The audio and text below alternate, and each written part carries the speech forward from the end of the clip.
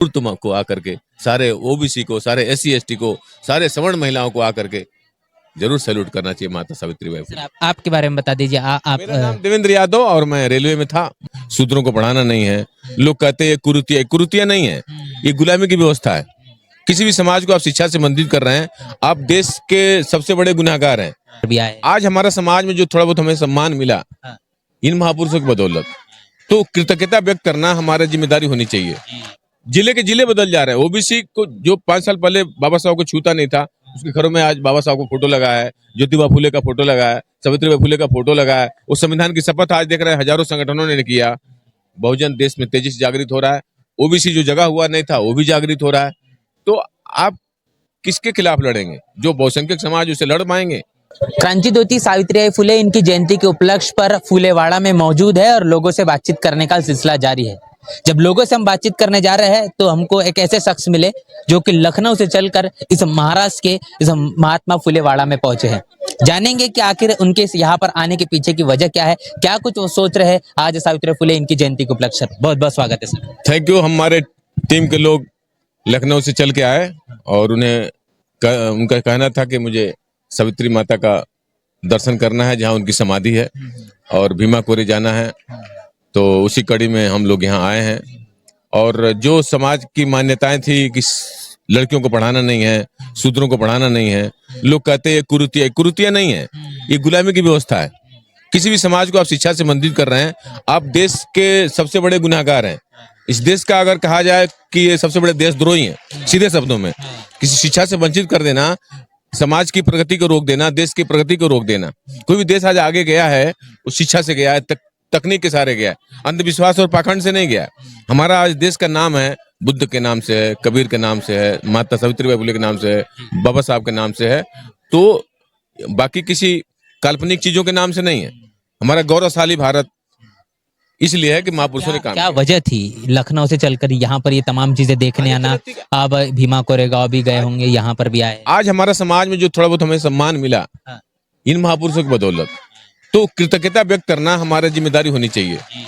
अगर ये घर से नहीं निकलते, सारे ताने नहीं सहते, गोबर फेंका गया वो भी सह करके समाज को बात ये भी कहा जाती है कि मुझ में काबिलियत थी इसलिए मेरे जीवन में परिवर्तन हुआ, मुझे तमाम चीजें मिली, मैंने काफी मेहनत की, ये बात भी कहने की एक कर्मचारी वर्ग जो है। ये आपकी मेहनत तो ठीक है, आपको क्रेडिट जाना चाहिए, लेकिन अगर ये व्यवस्था ही नहीं बनती, समता की, संविधान नहीं बनता, लोकतंत्र का निर्माण नहीं होता, तो आप कितना भी काबिल रहते, आप उस व्यवस्था में शूद्र कर दिया गया है।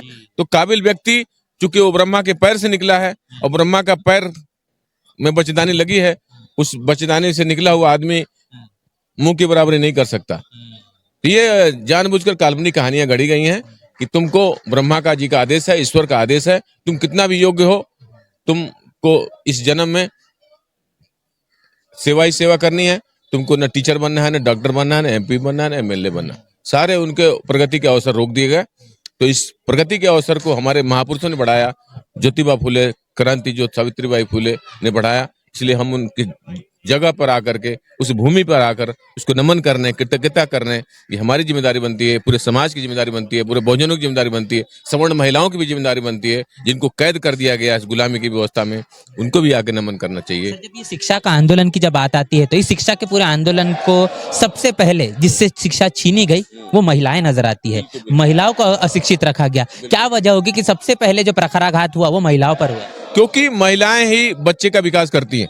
बच्चा पैदा होता है तो सबसे पहले बच्चा महिला के संपर्क में आता है, माँ के संपर्क में आता है।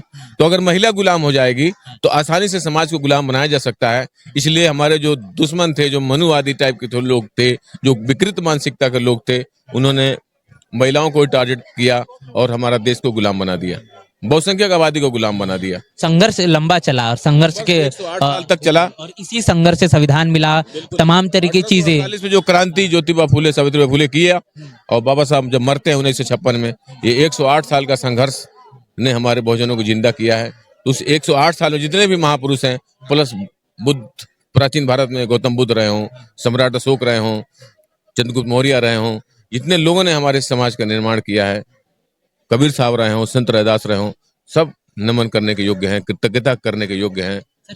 इस पूरे शिक्षा के आंदोलन को हम देखा जाए उस समय से लेकर जो आज के समय तक के सरकारी स्कूलों को बंद करना, शिक्षा को प्राइवेटाइजेशन करना, क्या ये महात्मा फुले और ज्योतिबा फुले के इस पूरे आंदोलन को पूरे और सावित्रीबाई फुले के इस आंदोलन को कमजोर करने की या निस्नाबूद करने की कोई कोशिश या षड्यंत्र चल रही है? बिल्कुल 100% षड्यंत्र है।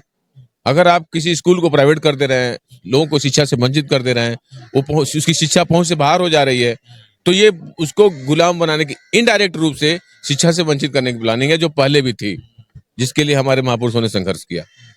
तो ये षड्यंत्र नहीं है, ये पूरी तरह चाह रहे हैं कुछ मुट्ठी भर लोग इस देश को चलाएं, मुट्ठी भर लोग ही शिक्षित रहें, मुट्ठी भर लोगों के पास ही प्रॉपर्टी रहे, मुट्ठी भर लोग ही ऊंचा रहें, बाकी लोग नीचा रहें और ब्रह्मा जी के आदेश से गुलामी करते रहें और लोग गुलाम रहें और कुछ नहीं।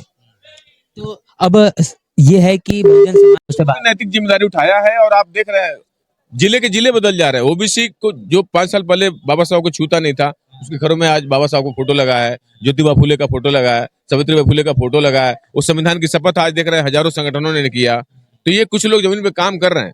जो लोग सोच रहे हैं देश को गुलाम बना देंगे, वो कुछ ख्याली पुलाव पका रहे हैं। ऐसा होने वाला नहीं है। बहुजन देश में तेजी से जागृत हो रहा है। ओबीसी जो जगह हुआ नहीं था वो भी जागृत हो रहा है।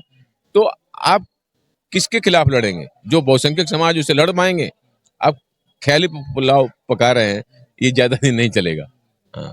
ये देश में जो अभी मनुवादी ताकतें जो काम कर रही है, जिस तरीके से सियासत चल रही है, हिंदू मुस्लिम की बात चल रही है, भाईचारे को खत्म करने की बात है, जबकि ये उस्मान शेख और फातिमा शेख और महात्मा ज्योतिबा फुले का पूरा संघर्ष नजर आता है। बिल्कुल बिल्कुल। देखिए हमारा इतिहास को तोड़ दिया। जैसे मान लीजिए सामने मिरर है, उसको फोड़ दिया आपने, तो आपका फोटो टूटा फूटा आता है। जब हमारा इतिहास ही टूटा फूटा है तो हमारा वर्तमान टूटा फूटा है, वर्तमान टूटा फूटा है तो भविष्य भी टूटा फूटा रहेगा। तो पूरे देश के बहुजनों को अपना इतिहास मालूम पड़ रहा है कि जो हमें बताया जा रहा है वो चीज वो गलत है। हमारे जो असली महापुरुष हैं उनके घरों में जा रहा है। तो जब महापुरुष जा रहा है तो उसका चरित्र लोकतांत्रिक हो रहा है। संविधान शपथ ले रहा है तो लोकतंत्र उसके व्यवहार में आ रहा है। तो वो वैज्ञानिक सोच ध्यान कर रहा है, वो सारे कार्यक्रम ध्यान से शुरुआत कर रहा है, वो ज्ञान के मार्ग की तरफ जा रहा है। वो विवेक को शून्य नहीं कर रहा है। पहले विवेक को शून्य कर दिया गया, तुम जानो मत मानो, भक्ति मार्ग पे लेकर चला गया। हमारे लोग ध्यान के मार्ग पे जा रहे हैं, लोग पेगोड़ा जा रहे हैं, विपස්සना कर रहे हैं, इगतपुरी जा रहे हैं, नासिक जा रहे हैं, जितने भी विपස්සना सेंटर है वहां लोग जा रहे हैं। तो ये जागरूकता की निशानी है। सारे लोग बाबा साहब की चर्चा कर रहे हैं, सारे ओबीसी के लोग बाबा साहब की चर्चा कर रहे हैं। सबको बाबा साहब की जरूरत पड़ने लगी। हाँ, सबको बाबा साहब को कोई नहीं याद करता था 5 साल पहले। सारे ओबीसी के लोग बाबा साहब की बात कर रहे हैं। तो ये क्या है? ये तो जागरूकता की निशानी है। तो आज के इस सावित्रीबाई फुले इनकी जयंती के उपलक्ष्य पर आप यहाँ पहुंचे हैं, तमाम हमारे जो दर्शक देख रहे हैं, क्या संदेश देना चाहेंगे सर? हम ये संदेश देंगे कि ये हमारा जो पवित्र स्थल है, सबसे बड़ा स्थल है। सारे देश के लोगों को, सवर्ण महिलाओं को भी यहाँ जरूर आके इस धरती को नमन करना चाहिए, कृतज्ञता व्यक्त करना चाहिए कि हे सावित्री माता, अगर तुम नहीं होती तो आज हम जो टीचर डॉक्टर बन के सम्मान पा रहे हैं, MP MLA बन के सम्मान पा रहे हैं, ये तुम्हारे रगों का जो खून है वो हमारे अंदर प्रवाहित हुआ है, लेकिन हमें उसे अनजान रखा गया है। इसलिए जरूर तुमको आकर के सारे ओबीसी को, सारे SC ST को, सारे सवर्ण महिलाओं को आकर के जरूर सैल्यूट करना चाहिए माता सावित्रीबाई फुले। आपके बारे में बता दीजिए। आप मेरा नाम देवेंद्र यादव और मैं रेलवे में था, मुंबई वेस्टर्न रेलवे में। 10 साल पहले यही अपने लोगों को समतावाद क्या है, मनुष्य मनुष्य है अंतिम सच, ये बताने के लिए, मनुष्य मनुष्य कहने से काम नहीं चलेगा, उसका प्रैक्टिकल करवा रहे हैं, ध्यान करवा रहे हैं, संविधान की शपथ करा रहे हैं और वास्तविक आइकान जो हमारे महापुरुष है उसको घर घर हम पहुंचा रहे हैं। 3 पॉइंट एजेंडा से हम लोकतंत्र को जिंदा करने की कोशिश कर रहे हैं और इससे ज्यादा हम क्या बोले। जातिवाद की बेड़ियों को जब तोड़ा जाता है और समता, स्वतंत्रता, बंधुत्व और न्याय को जब प्रस्थापित किया जाता है, ऐसी सोच जब निर्माण की जाती है, तो हमारे सर जिन्होंने जो बातें कही है, इस तरीके की बातें सुनाई पड़ती है। अभी तक की जो चीजें आपने सुनी है, इस समता भूमि से महात्मा ज्योतिबा फुले और सावित्रीबाई फुले जिन्होंने इसी भूमि से जो क्रांति शुरू की है, इस महात्मा फुले वाड़े से क्या कुछ आपकी राय है, आपकी प्रतिक्रिया है, लिखकर कमेंट बॉक्स में जरूर बताएं। बने रहे नेशनल चौपाल के साथ, मिलते हैं वीडियो में, तब तक के लिए जय भीम, जय भारत। बहुजन समाज की हर खबर पाने के लिए चैनल को सब्सक्राइब करें, लाइक करें, शेयर करें। नेशनल चौपाल को बचाने के लिए ज्वाइन बटन क्लिक करके चैनल की सदस्यता लें और चैनल को आर्थिक मदद करें।